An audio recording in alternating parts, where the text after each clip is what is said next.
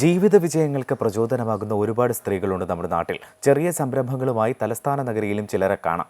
അത്തരത്തിലൊരാളാണ് ഒരു കൊച്ചു തട്ടുകടയുമായി മുന്നോട്ട് പോകുന്ന അംബിക ചേച്ചി. ഈ വനിതാ ദിനം സമ്പന്നമാകുന്നത് ഇത്തരം ചേച്ചിമാരുടെയും അമ്മമാരുടെയും ആത്മധൈര്യം കൊണ്ടുകൂടിയാണ്.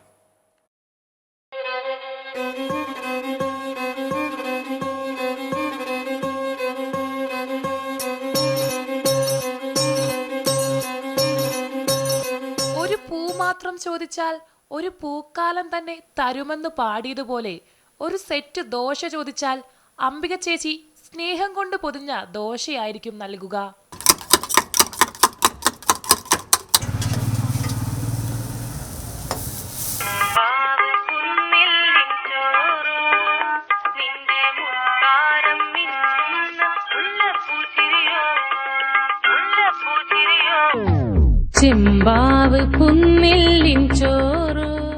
തിരുവനന്തപുരം സ്വദേശിയായ അംബിക ചേച്ചി കഴിഞ്ഞ 2 വർഷത്തോളമായി ഇവിടെ ജോലി ചെയ്യുന്നുണ്ട്.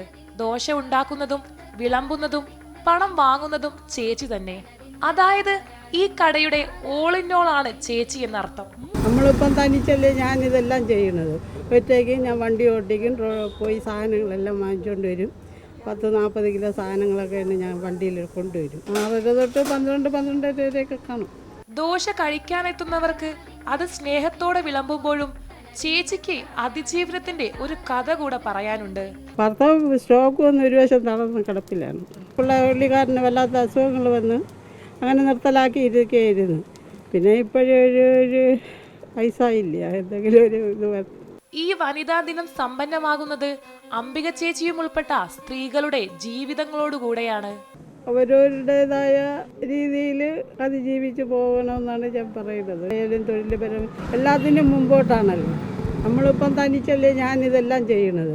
ഈ വനിതാ ദിനത്തിൽ അംബിക ചേച്ചിക്കും പറയാനുണ്ട് ഒരു സ്ത്രീയുടെ ആത്മധൈര്യത്തിൻ്റെ കഥ, ഒപ്പം അതിജീവനത്തിൻ്റെയും. ക്യാമറമാൻ വിഷ്ണുവിനൊപ്പം അർച്ചന രവീന്ദ്രൻ, അമൃത ന്യൂസ്, തിരുവനന്തപുരം.